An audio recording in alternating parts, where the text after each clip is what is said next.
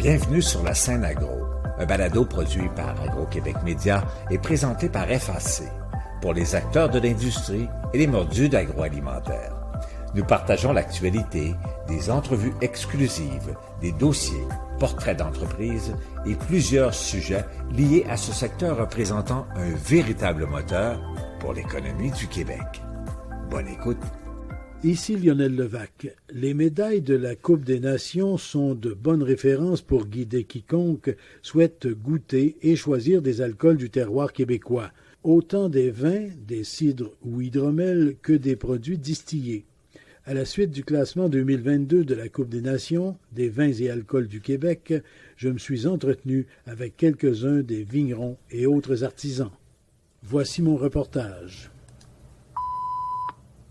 Le monde des alcools québécois est en effervescence. De nouvelles entreprises continuent d'apparaître à travers celles qui occupent le paysage depuis longtemps. Aussi, des entreprises changent de main. Il y a donc de nouveaux visages. Sébastien Boulay, Vignoble Nordin. Rive-Sud de Québec. Exact, on est précisément à Lévis, anciennement Pintante, dans le chemin des îles. On a gagné 3 médailles d'argent, une avec notre rosé 2018-2019, le Santa Ana, l'eau de vie de raisin style Grappa 2021 et l'eau de vie de pomme style Calvados 2021 aussi. Donc, vous avez à la fois raisin et pomme. Exactement. On est aux alentours de 9000 plants de vigne avec 100-150 pommiers.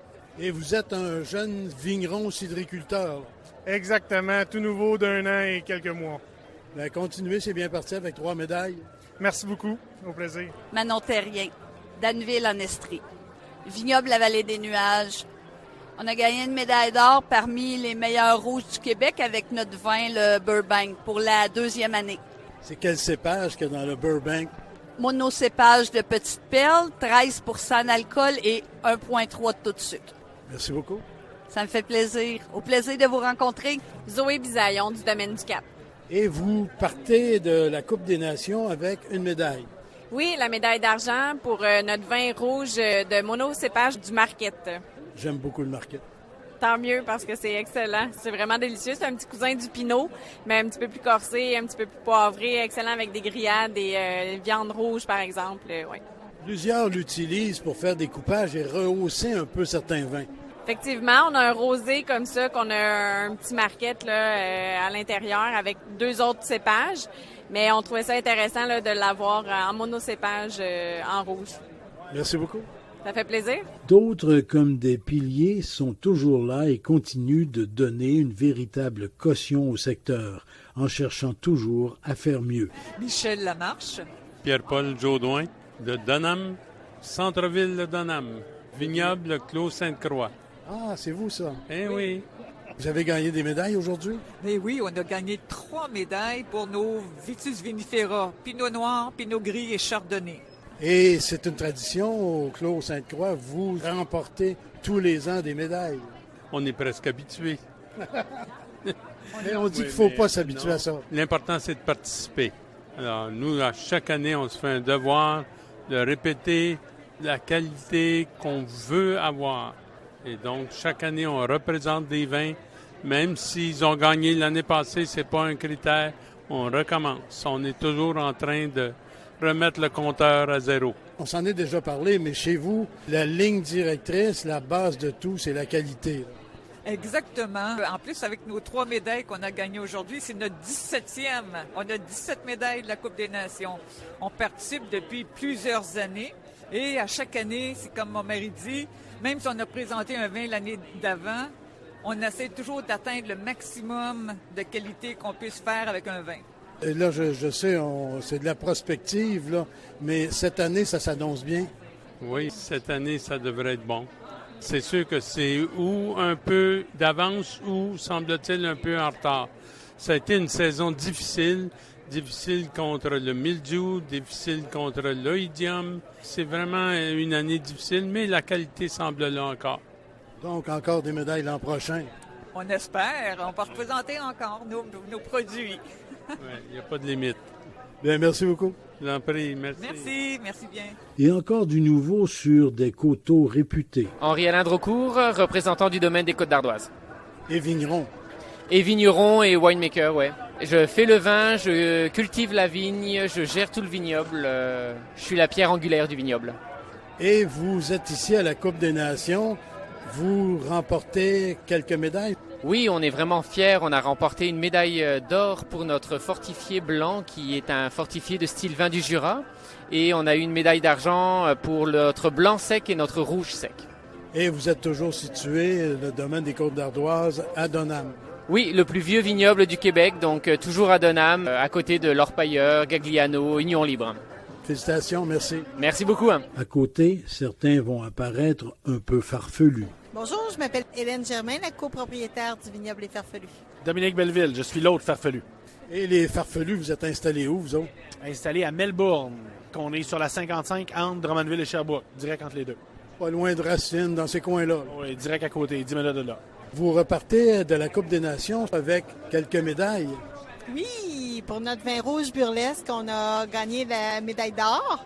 Et pour notre vin blanc Allegria, la médaille d'argent. On est très satisfaits. Et le vignoble, vous êtes installé depuis combien de temps?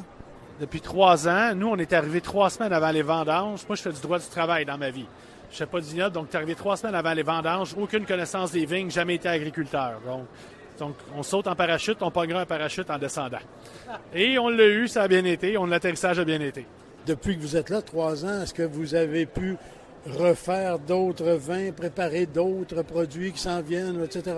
Ah oui, on vient de planter 11 000 vignes au vignoble. Donc, on vient d'arriver. On va avoir du Saint-Pépin, on va avoir du Riesling, on va avoir du Gewürztraminer. On va grossir notre production. On va quintupler notre production d'ici 5 ans. Et on a nos mutants. Parce qu'on est farfelus, on peut se permettre à faire des choses qui sont un peu différentes. Donc, on a les mutants qui sont littéralement des vins de dessert le fun qu'on a concoctés avec les intrants qu'on avait de l'ancien propriétaire qui sont super le fun, très sucrés. L'équivalent d'un vin de dessert à boire sur le divan. On peut apparenter ça à des fortifiés? C'est des fortifiés plus. On l'a fortifié, on l'a épicé, on l'a barriqué. On a mis d'autres intrants, des plures d'orange, des litchis, toutes sortes de choses de fun. Tout ce qui traînait, là. Ben, pas tout ce qui traînait, tout ce qu'on voulait qu'il goûte. C'est une mauvaise blague, là. Non, mais j'aurais pas ce qu'il faut pour faire des vins comme ça. Donc, félicitations et puis continuez. Merci. Et puis bienvenue au vignoble, venez nous voir. Merci. En apparence privilégiée par le climat, certains doivent se méfier. Sylvain Poirier.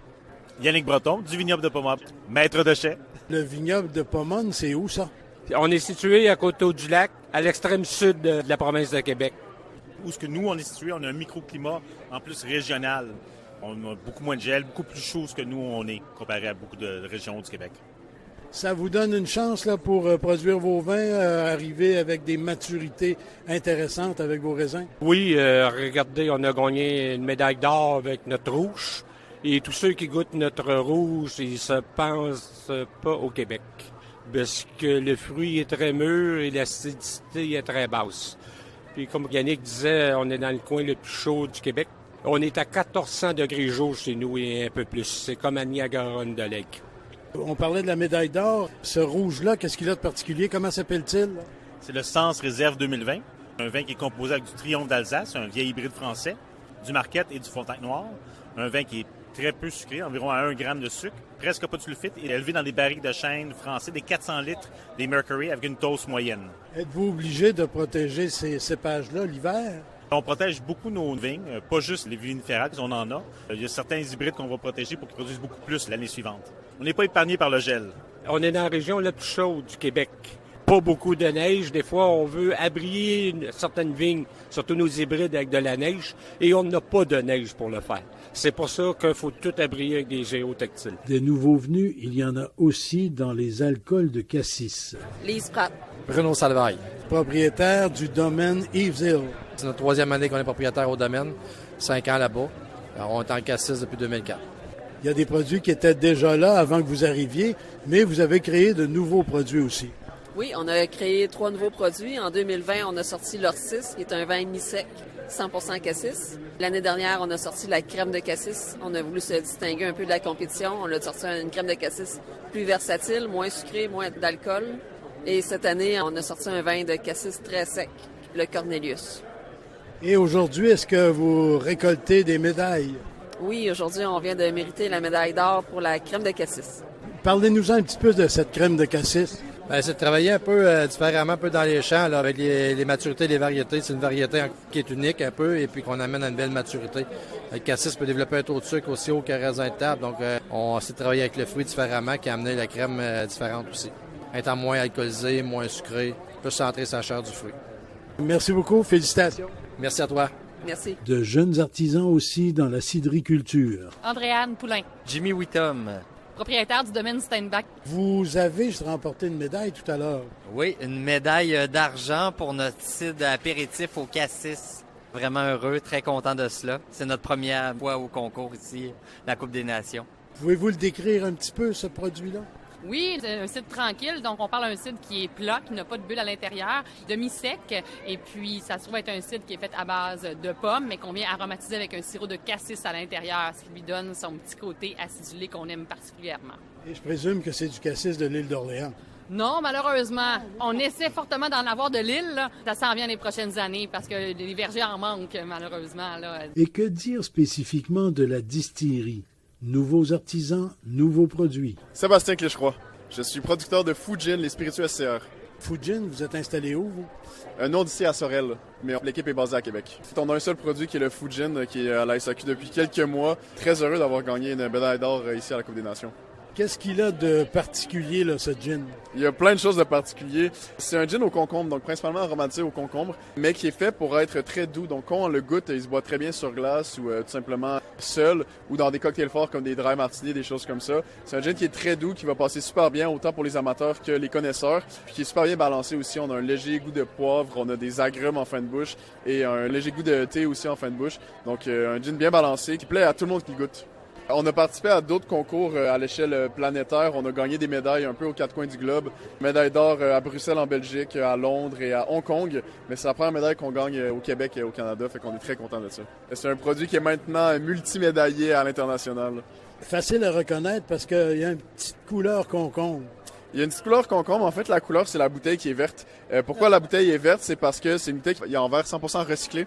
On est les tout premiers au Québec là, à avoir une bouteille en verre 100% recyclé, qu'on met beaucoup de l'avant, puis on essaie de faire des choix éco-responsables dans tout notre packaging parce que c'est très important pour nous. T'sais, nos étiquettes aussi sont faites en papier jusqu'à 90% recyclé. Donc vraiment, sur toute la ligne, on essaie de faire des choix éco-responsables.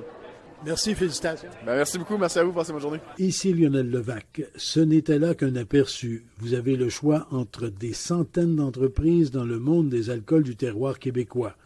Seulement à la Coupe des Nations, on a remis, chaque fois pour des produits différents, 8 médailles Grand Or, 51 médailles d'or et 71 médailles d'argent.